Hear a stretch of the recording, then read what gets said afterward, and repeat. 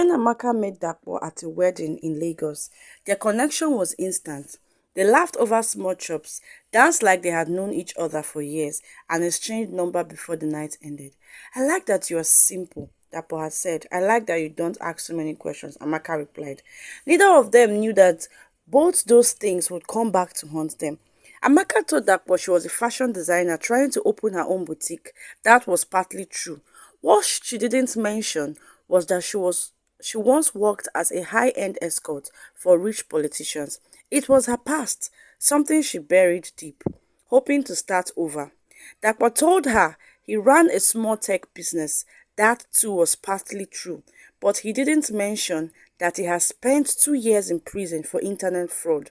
He had changed, he told himself. He just didn't think she needed to know. They were two people in love building on lies. 3 months after they met, Dapo proposed. Amaka said yes without thinking. Love felt like freedom and she was tired of hiding. They moved into a quiet apartment in Lekki Phase 2. They laughed, cooked together and acted like a perfect couple. But secrets have a way of breathing even in silence.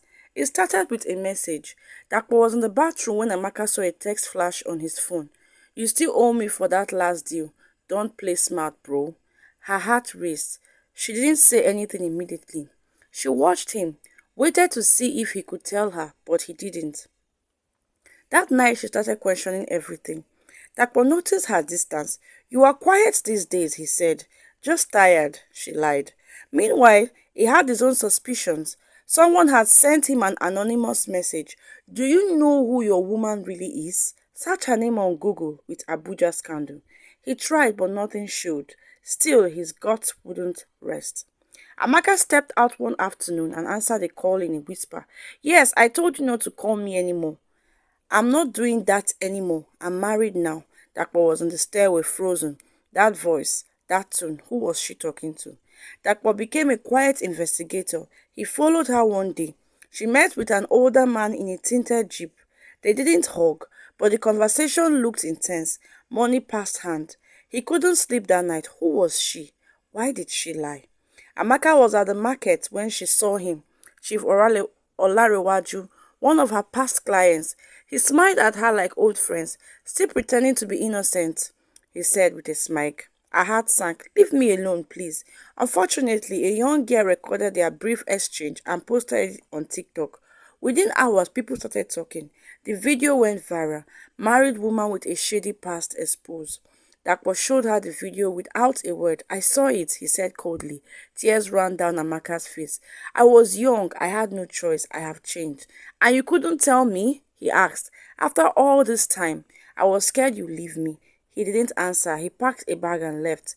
Amaka was broken, but not surprised. But the same night, she received an email from an unknown sender. Since your husband left, can I now tell you the truth about him? Attached was a court document, Dakpo's name, prison sentence, fraud case, all staring back at her. Her heart tightened. So he lied too.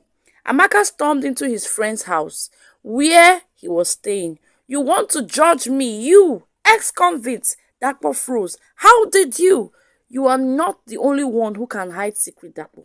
They stared at each other, no words, just the weight of truth between them.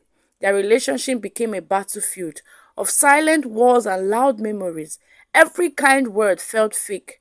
Every smile was a mask. They tried to move on, tried to fix things, but the foundation had cracked too deep. Trust was gone. Dapo called her one day. I still love you, Amaka, but love isn't always enough. I know, she whispered. We built this on lies. They decided to take time apart. Amaka began therapy. She wanted to heal not just for him but for herself. She confronted the shame, forgave herself, and started a new business genuinely from scratch. Dakwa turned himself in for a past case, still hanging over his head. He spent 6 more months in prison, this time by choice, to truly close that chapter. A year later, they met again, not as lovers, but as two people who had finally faced their truths. Do you regret us? She asked. No, he said. We weren't honest, but what we had was real. They hugged. No promises, no fairy tale ending, just peace. Sometimes love begins with lies, But truth always finds its way to surface, and when it does, you either break or you begin again.